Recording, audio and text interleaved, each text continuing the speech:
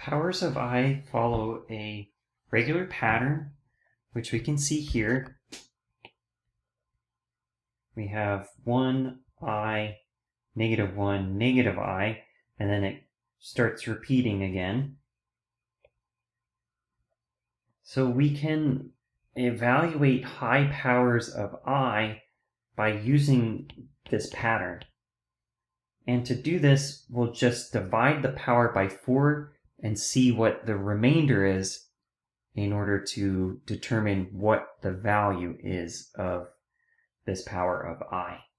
So for example, we have I to the 35th power, and I to the 35th power, well, let's look at 35 divided by 4.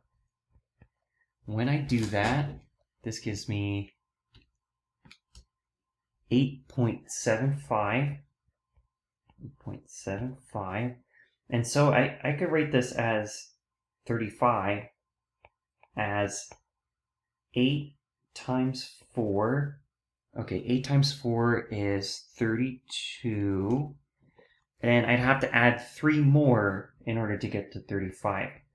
So this 3 here, that's the remainder. And the remainder of 3 corresponds to this last row here. So we can say that I to the 35th power is -I. So this equals -I.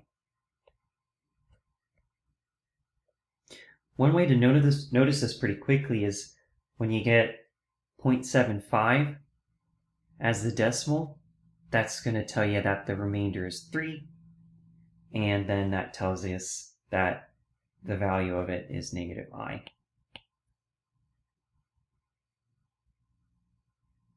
Okay, for this one, we'll take 82 divided by 4. 82 divided by 4 gives me 20.5. 20.5. And so I could write this as 82 equals 20 times 4. Okay, 20 times 4 gives me 80. And I'd have to add 2 more.